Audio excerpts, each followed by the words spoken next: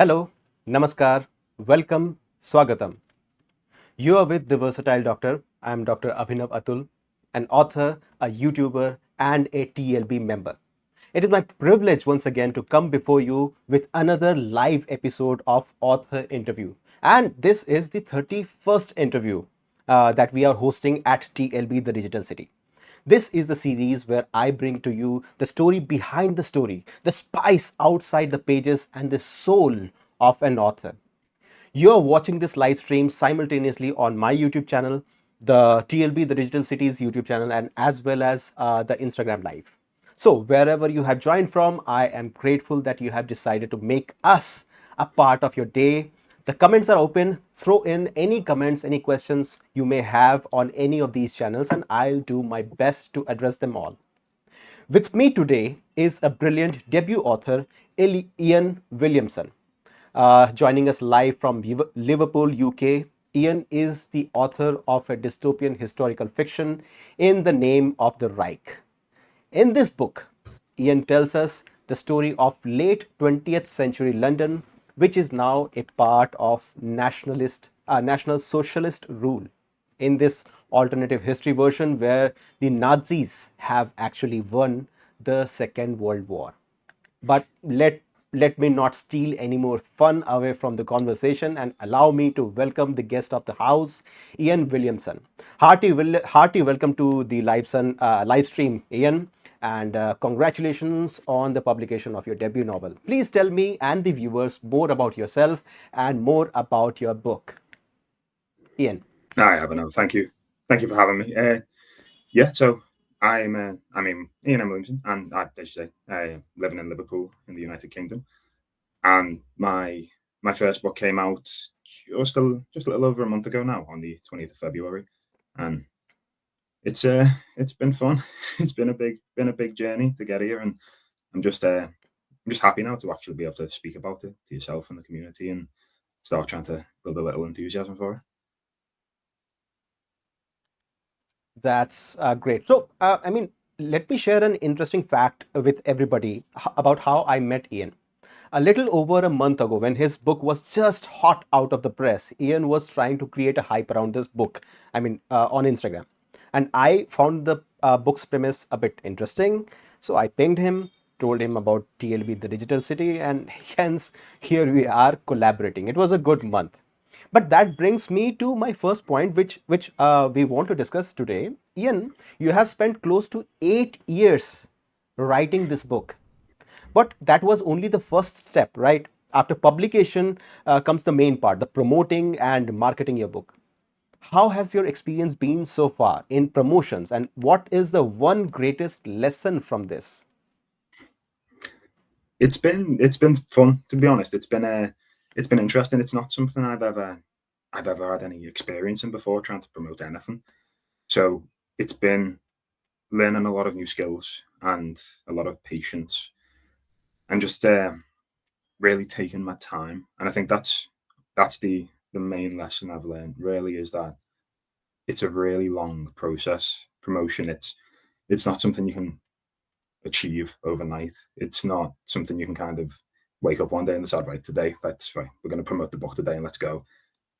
I've uh, I've been on Instagram for about 2 years, just trying to build a following, so that when the book eventually did come out, I wasn't just day one with 10 followers and myself just shouting into the void of social media, like, hello, look at me. So it's it's a long process, but I'm really enjoying the promotion, because it's given me a chance to finally actually speak about the book and the content and the themes and the characters. It's because so few people had read it beforehand. It was all just still in my head, or like all the ideas I'd had, and how everything was built up around the characters and the story. And it's quite fun to be able to really dive into some of that, and into the characters' journeys and the inspiration for writing it. It's it's really nice to be able to actually engage with people and have people ask about it, and really just talk about it in general. That's nice. We have learned that Of course, writing the book is a different ball game. I mean, everybody can't become a writer. Everybody can read a book, everybody can I mean, understand, but writing is something that is not everybody's cup of tea, so to speak. But even after you have written a book and have done everything that it takes to actually get it published, getting it to a reader, making hype around it, that is, I mean, nobody teaches that in the school, right? Yeah. So if I asked you one thing about this book, of course this book is listed as a historical fiction, and there is a I mean, you know that I have started reading it. I'm presently at chapter 6. I'm not sure how long it will take for me to finish it, because I have been doing a lot of things, but I will finish it very soon. But what I want to say, there is a clear crime fiction element in the narrative, in the name of the Reich. As far as I could tell, there is no romance. I mean, not that that would matter. So, what is the one genre that you would put your book in? I mean, you are standing there in front of a library, a bookstore, and people are asking you which genre is your book for book in. So tell me. So it's quite interesting. I actually had a conversation with someone about this the other day. So the setting is that we're in London, 1969. It's Nazis have won the Second World War, and they've occupied Europe, Africa, parts of Asia, and Great Britain is under National Socialist rule. So that's the setting. The actual story revolves around the protagonist, so John Highsmith, who is a detective sergeant in the Metropolitan Police, and he's assigned to a task force that's trying to stop and like bring up the street a new like fashionable drug called Yonder, which is being used as a silent protest by particularly working class British people who don't feel like they've got the capability to rise up against this government that none of them have ever settled under. So instead of a violent like rise, they are trying to free themselves spiritually. And obviously that's something that this government is very, very much against. So they've got task forces trying to bring it off the streets. The What I've been calling the unique selling point, the USP of the narrative, is that he is a National Socialist. He's been raised since birth, basically, well, since he was very young, under National Socialism, and he is a card carrying, flag waving Nazi. That's the unique point. It's this deep dive into the effects of propaganda and totalitarianism, and how basically someone my age would have been impacted by being raised under Nazism. So it's, on the one hand, it is a quite straightforward crime thriller, and then on the other hand, it's got this quite like, deep political context to it. So I was always a little bit worried that one would outweigh the other. And someone was speaking to me about it the other day and said the political stuff was kind of, I mean, everyone knows about the Nazis and like the general ideologies they ran with. But you're saying it's never been like a massive interest for them. It's not something they've ever particularly studied, but they really enjoyed it just as a detective fiction. And that was a great compliment, because it said like it can kind of sit in both camps then. The historical fiction stuff is there if you're interested in it and you want to know more about it. It goes quite deep. There are layers to it depending on how far down you want to go, but it can sit on its own merit as a crime thriller. So that was really like, that really showed me that I'd achieved what I was trying to achieve there. It was, the history is as deep as you want to go in it, but it can just be a straightforward detective fiction. And that is something which which authors actually strive to achieve, something that they may have envisioned in a different way, but a reader who enjoys the book regardless of what their interest is, right? And that's good. The thing that I liked the most in your book so far is that the protagonist, and there are other characters, and it is very clear, the message is very clear, that people who have been raised in this regime, so to say, in the Third Reich, and people who are old enough to remember what it was before the Second World War. I mean, their ideologies, their thought processes are so different, and the younger people, like our protagonist, they don't even understand why the older folk oppose this propaganda, this Nazism, so to speak. And I'm not going to ask you to reveal what the ending is going to be like. I mean, I'm going to read it someday. I mean, very soon. But it's nice. The contrast between the ideologies is nice. But why Nazism? I mean, why this dystopian element in your crime fiction? So I studied history at university. I studied it all the way through school, decided to do it at university, and that period, that like First World War, interwar, Second World War, it's very it's very much a focus in like British schools. That's very much a focus because it was such a big part of like recent history. And then into university, that's where I decided to stay, largely in 20th century like world politics. So it was just it was a natural step for me. I'd always wanted to write. I've always been a writer. I used to write when I was younger on pen and paper. I've got a whole fantasy book buried on a USB somewhere that I used to work on when I was a teenager. But the fact it was odd. Like fantasy never felt natural. It was difficult. I'd always enjoyed, say, like Lord of the Rings and stuff, but I'd never been deep into Tolkien. I'd never thrived in that particular world. It had always been more realism and history.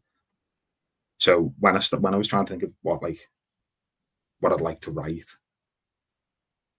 this idea of alternate history, Nazis won the war, it felt like a natural progression from the university studies into this, and it was all there. It was all the knowledge and all the research, all like the basic elements of it anyway. It was all ready. It was all ready to go and just find its way into the page. So it wasn't starting from zero. It was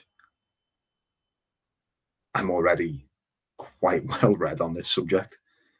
So yeah, it was just and I'd also enjoyed books like The Man in the High Castle, SSGB, Fatherland. They were big inspirations for like this type of alternate history. And then it was the idea of writing it from the perspective of this character who was raised under National Socialism. That like I'd never seen it done before, and I'd never seen a book try and express that ideology. So it just came about that it fit perfectly to be able to tell this story from this perspective with the knowledge I already had. It fell into place nicely. Any kind of fiction, any kind of historical fiction, or even science fiction, it requires a lot of research. And as you just said, that your educational background lent a lot of what you have written in this book. But other than that, other than the basic knowledge that you had from your university, did you have to do a lot of advanced research to bring the characters to life, to bring something to life which actually isn't true? It is an alternate history. What kind of research are we talking about? Oh, it was hours and hours and hours of research. It's something I personally would never have been able to write without the internet. The amount of like book research it would have taken, trying to find the different ranks for the Wehrmacht.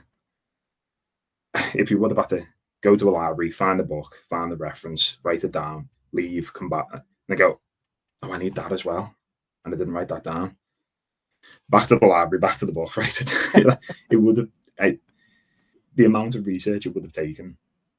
I personally wouldn't. I don't think I would have had the capacity to do it without having it just at my fingertips on the internet and having really reliable resources to fall back on. It it it depends how deep you want to go in it as well. I was at one point I was googling what the weather was like in June 1943 on the English Channel, because I was trying to describe how the invasion of Great Britain happened, and I got really deep into this meteorological website, and I was like, I think I've gone too far at this point. I don't think this matters. So it. But again, if I would have had to go and find that in a library somewhere or in the public records, it would have been impossible. You're just trying to do something like that, I don't think I would have had the capacity to do it. So it's a lot of research to try and make it seem real and realistic and grounded. I always wanted to build it on a basis of things that either did happen or just ever so slightly to one side could have. And I think it's one of the strongest points of the narrative is keeping it grounded, and that the research involved in that was tremendous. Yeah, the research actually lends the authenticity to the book. I mean, you can write a book on any topic, but unless the reader feels like he or she is in that world, your book, I mean, your book won't have the effect that you want it to have. So, what or who was your biggest inspiration for writing this book? I mean, you have been a writer since your childhood. You have wanted to write, you have written other stuff. But for this specific book, other than your educational background, what was your biggest inspiration? It was reading books like Robert Harris's Fatherland and Philip K. Dick's The Man in the High Castle, and just being engrossed by that idea of what if. And the moment I read books like that, my immediate reaction was, how do I think it would have happened? What do I think the consequences would have been? Where would my turning point be where that happened, so that happened? So it was, I think it was kind of realizing that this is an option to actually write about. If nothing else, it just gives you that freedom to say, okay, it's been done before, it's popular. Like the Man in the High Castle, SSGB Fatherland have all had like film or TV adaptations. There's video games on the topic. It's knowing that there is a popular enthusiasm for this topic as well. That gives you that little bit of motivation to actually be able to actually sit down and start creating it. So books like that, where, and especially knowing that Fatherland was Robert Harris's first book as well.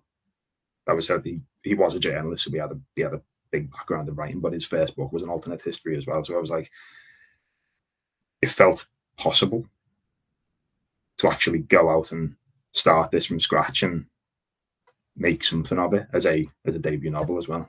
That was a big inspiration. And that was an ambitious move. And I see your hard work actually paying off. So let us talk a bit about your all-time favorite author or all-time favorite book. So my favorite book is To Kill a Mockingbird. Okay. It's one I go back to. It's a quite a popular answer, isn't it, to say that, but it's a book I go back to every couple of years, and it's partly for the same reasons as well. It's understanding the history of the time and the social context and the background of the characters. It's one I studied in school, so I know the ins and outs of it, and it's I think it's as close as you can get to a perfect book. Right. To Kill a Mockingbird, it really is. It is fantastic. I completely agree. Okay, now moving on to your book. Talk to us about your cover. How did the cover come to be? So when I decided to self-publish, I decided to go through Troubadour, who is it's a self-publisher who work with authors to try and make a product that feels authentic and traditional. So I gave them some ideas for what I wanted the book cover to be, gave them the context of the actual story, and it was Troubadour who came up with the cover. I didn't really know what I wanted to see until I saw it, and then when I saw it, I was like, "That's it. That's perfect. That's absolutely it. That's spot on." It's the color scheme of the red, white, and black was perfect. It somehow sets the tone of the book perfectly, and they absolutely nailed the feel of what I didn't know was there, or what I felt was there, but didn't know how to express. They absolutely nailed it. It took a couple of tweaks to really settle on it, and then with the paperback as well, it's got like a UV spot on it, so the red text shines when the light hits it, and it really just like pops beautifully. They did a really good job on it, and the finished product. The first thing everyone's said to me when they actually get it is when people get a self-published book, I think they're expecting it to feel self-published. And the first thing everyone has said to me is, it feels real, it feels traditional, it looks professional. And that's like, it's such a good feeling when someone says that about it. It feels like it's representative of having put 8 years into it. It feels like the final product is what I always wanted it to be. I mean, having a traditionally published book and a self-published book, technically there is no difference. I mean, right? Mm. You have put, as an author, you have put no less amount of a work in your book than any other in the author who has published through a traditional medium. I mean, but it is what it is. Uh, Unfortunately, in India, we don't have the luxury to have your paperback. So I would request you to show us your paperback on the screen if you have it. Yeah, sure. So here it is. You can see it if it's not bold like this. Yes. Just That's see the angle. I mean, the light reflects off the red font. just That is yeah, just amazing. it's excellent. It just hits perfectly. So it just like shines, and then even the back, like the use of the red, white, and black, to like the red to highlight some of the text in the middle, and it just the whole thing, and like the side of it's got the spot on it as well. If you can just see that, like the shine on it. So it Yes. just, I think like the paper feels expensive. If that makes sense. It's really crisp white, and the whole thing was just like, it just feels right. It feels like exactly As your what friend I said, hope it would it feel feels like. like traditional. Yeah. So that is what people actually associate traditional publishing with. Impeccable quality of cover, impeccable quality of printing. The actual book. I mean, nobody's going to read the whole book while standing in the bookstore. They Yeah. want to have that feel in their hand, and that is what people actually go for. And your book, of course, seems very, very well put together. Again, good job done to you and the publishing team that you have, and of course, all the best for the coming future. So, what's your next project as an author? Any books in progress or any sequel or something? So I've got the basic idea for the start of a sequel. I've got about a chapter and a half that I wrote about 10 or 12 months ago now. But the final editing for In the Name of the Reich took so long, and the process for the final edit was I sent off the manuscript to the publisher, and they got someone to edit it, and it came back with 12,000 edits on a Word document. Yeah. I wouldn't mind. The editor actually said, apart from some bad writing habits, it's really good. I was like, oh, that's gonna take me 20 minutes to edit. It's gonna be great. It took me that edit took me 6 weeks of like 4 or 5 hours after work every day, 12, 13, 14 hours at the weekend. So I got to the end of that edit and then went, I need to make sure I'm happy with it though. So I went back to the start again and spent another 6 weeks editing it again. So it took me 3 months and made me quite ill in the end, this final edit. So I've not had time or just, again, the capacity to go back to that sequel. But I'm starting to get that itch again now. Now that this is out and done and it's being really well received, I'm starting to get that itch of, I want to start writing again and going back to this concept of a sequel, which would be at least like in the initial new characters in a different setting, like exploring the world a bit more. And it's quite exciting thinking about it now. So that would be my next project. Hopefully, should I get around to Looking forward to carrying it. on with it. Looking forward to. But I would also like to ask you, when are we getting that fantasy project that is sitting somewhere in your USB drive? I've not looked at that for about a decade, to be honest. I have absolutely no idea what the quality of that is, but I started it when I was about 12. So I can't imagine it's particularly high quality. It's something I'll have to go back one day soon and actually look at just to see how my writing has developed over over the past decade while I've been writing In the Name of the Reich, and just see how it's changed. But that is I think the amount of editing that would take would be significant. And almost similar to the amount of editing that you had to do for this one, right? To be fair, yeah, part of the difficulty with that was I started it when I was 22. So then when it came to the final edit, I was still editing 22-year-old me's work. And I was like, 8 years ago, this looked like this was a dead good idea. And you're like, what was I thinking? I understand. Change I that. understand. It's funny. It's funny how people change. I mean, throughout the course of one single project, how people change. We change. We do change. Yeah. Our what someone writing a romantic comedy would have thought of an ingenious idea, ingenious comedy. Maybe during the edit, it would seem like cheesy. It happens. Yeah.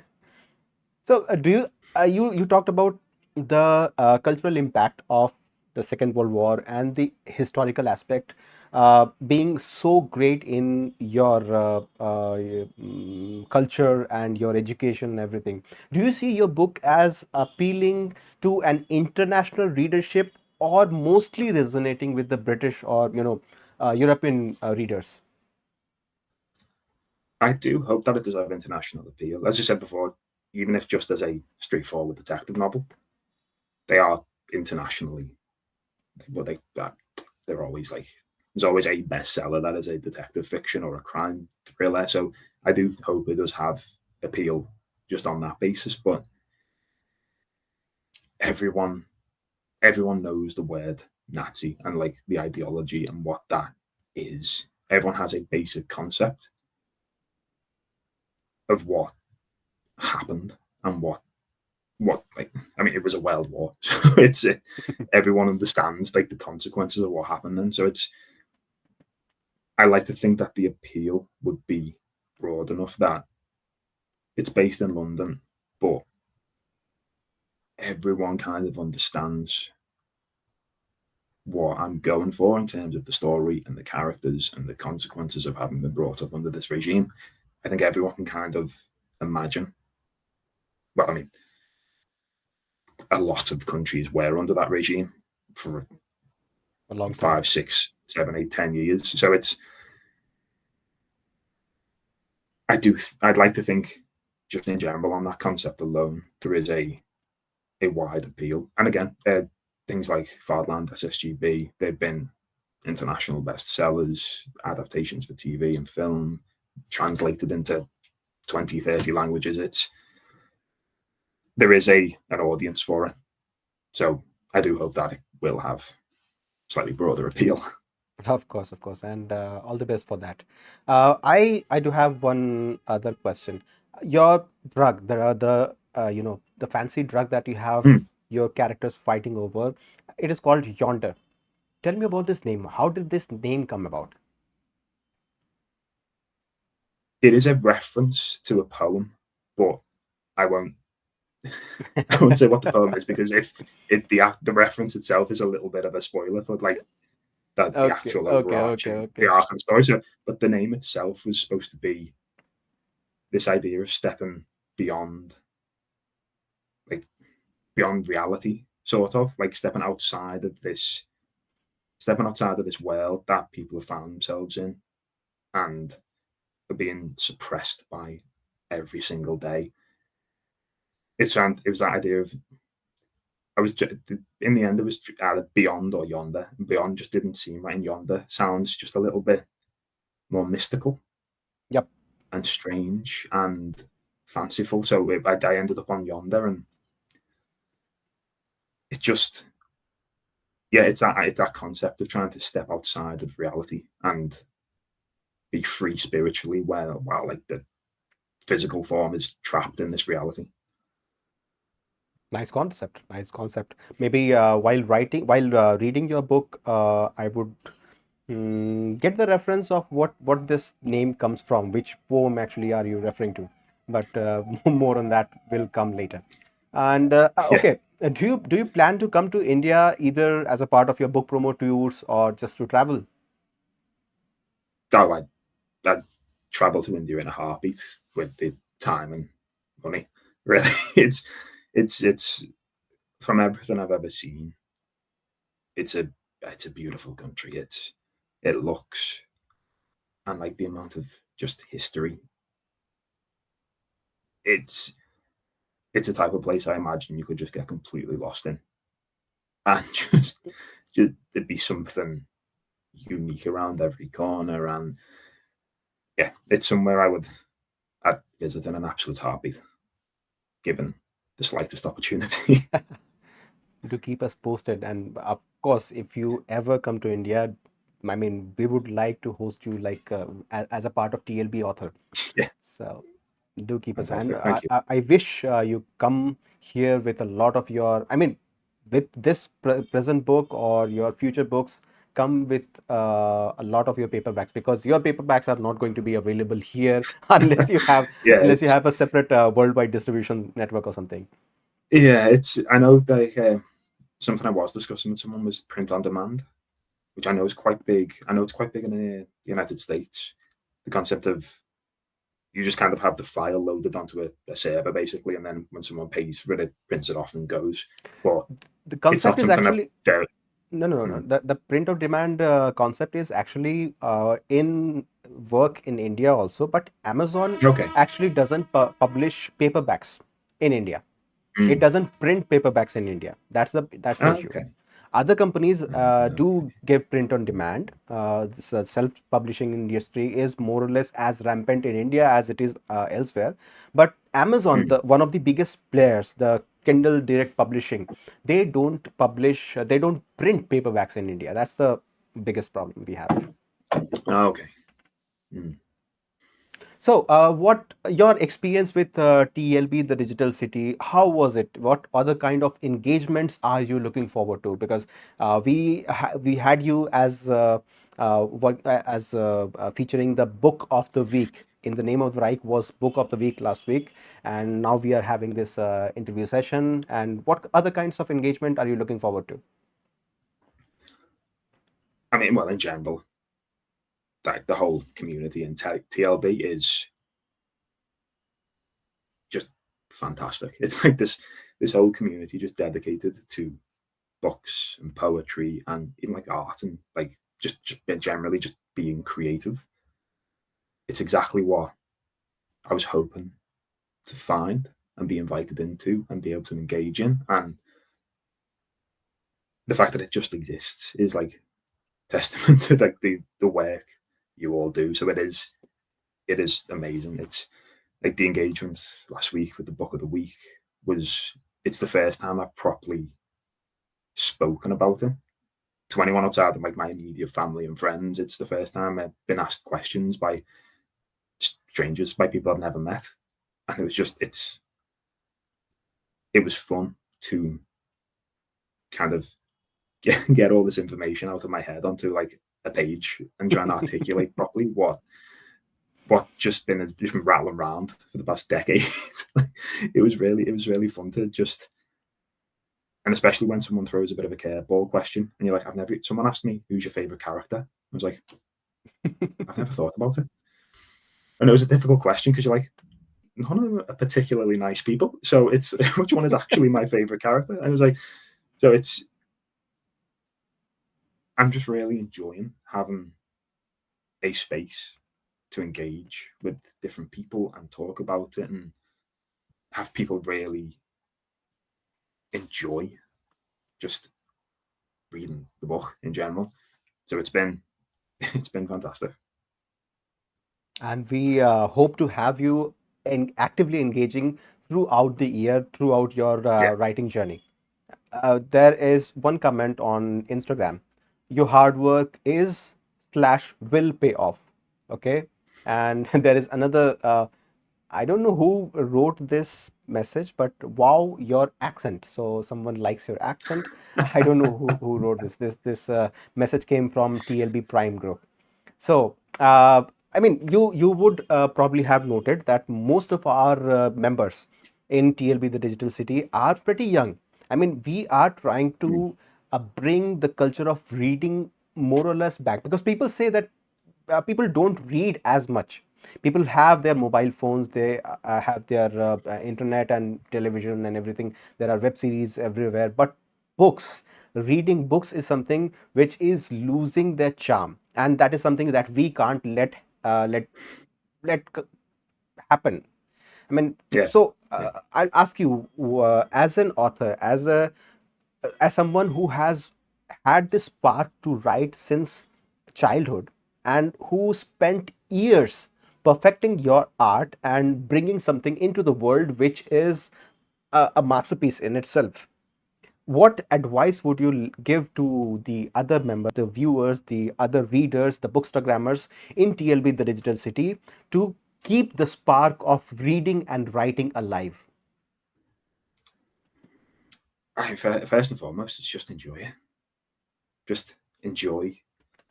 It's a well worn saying, but you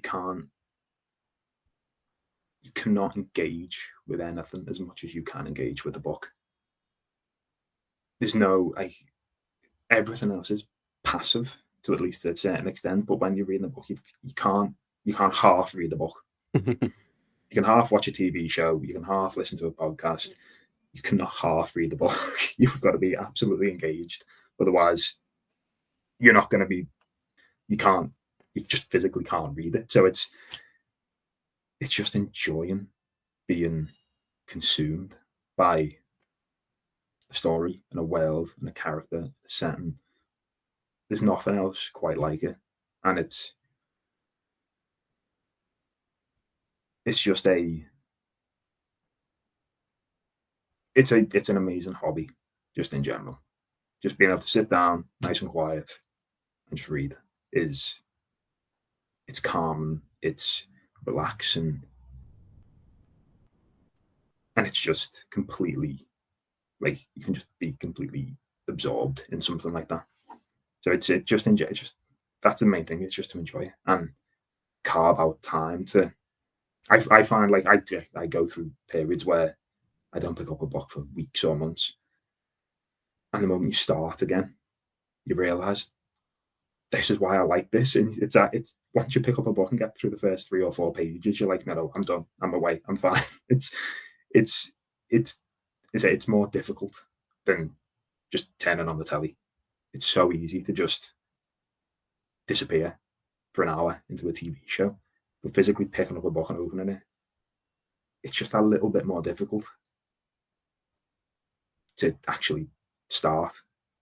But once you start, there's nothing quite like it. Once you start, you just can't leave. Yeah. I mean, you can't just keep the book down. I mean, we are not even talking about only the paperbacks. Even with Kindle, I have a Kindle. I read whenever I get time. Whenever I am not doing anything else, I am actually reading on my Kindle. That is Mm, something, as you said, the most important thing is to just enjoy. Either you mm. enjoy reading it, or either you enjoy writing it, keep doing it. Don't stop ever, right? Yeah, that's the main thing about writing. The main thing about the writing is to enjoy it. It's particularly when you first start writing something, there is that fear of the blank page, isn't there? And is this going to be any good? And will people like it? And can I do this? No, no, no. Enjoying it is the main thing to focus on. Just enjoy building characters and building worlds. And even if you get to the end of several chapters and you think, oh, I'm not really, no, this isn't as good as I hoped it'd be. It's enjoy it as a hobby. It doesn't have to be something you parade around and post on the internet and start showing people. as I said, I've got a whole fantasy book there that I've never shown anyone, but it was a hobby and it was fun. I enjoyed the whole process. So it's just enjoying it more than anything else without worrying about what people think is the main thing, I always think. That is why the world of literature exists, for people to enjoy, right? Hmm. So, this brings us more or less to the close of today's conversation. Ian, thank you so much for being with us. Thank you so much for writing and giving us such a great piece of literature. Of course, very soon I'll be finishing your book, and I'll get back to you with my personal remarks and review and everything. And I wish all the best to you for your current book, for the reception that is it has been having in the world, all around the world, not only in Britain, not only in Europe, but everywhere, because Amazon is everywhere throughout the globe, and your books on Kindle are are going to be received and read all throughout the globe. All the best to you. Before we close, I would just like to remind everybody that I am here as a part of TLB, the Digital City, the world that actually grew from a single online book club by a single author with a single book. And now we have more than 2,000 members who are readers, writers, authors, poets, and also musicians, artists, painters and music singers. We have a lot of activities going on all around our digital city. Do join TLB, the digital city. We have our website, www.tlbcity.com. Do check it out, and the entry is always free. Entry will always remain free. Ian, thank you so much for having us. Just a last thing that I would ask you to do is consider this an open market and promote your book. Sell me your book.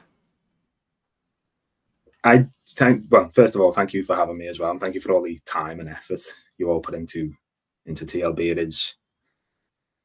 It's a huge community, and it is an excellent place to be.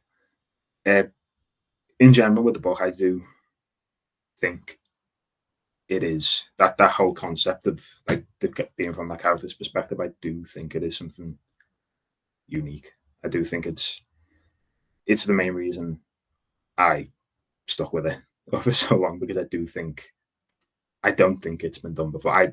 I'm quite happy. I'd be quite happy for someone to tell me otherwise, because I'd like to read it and see what someone else has done. But I've not been able to find anything that is purely from that perspective. So I do think it's new, and it has something new to say, and the longer it took me to finish it, the more relevant it became with global politics the way it is, a quarter of the way through the century. But I do think it has something to say, and I would love to hear what people think about it and what people think about the characters and the journey. So I would, yeah, if anyone reads it, please drop me a line on Instagram, and I will talk about it all day long. Great. People, you can see the cover of In the Name of the Reich on your screens. It is available on Kindle. It is available for free on Kindle Unlimited if you have an unlimited subscription. Do give it a read. Do read the sample, the blurb, and everything, and then you will find yourself engrossed in the story, in the narrative, and the dystopian world that Ian has created. Do check this book out. And of course, drop any kind of comment, any kind of feedback that you have for this session that we are having, for the conversation that we had on the comments in this video, or in general on any channel of TLB, the Digital City. Thank you everyone for giving your time. Thank you everyone for joining, and we will see you again soon in another author interview or any other session. Thank you so much. Have a nice Sunday.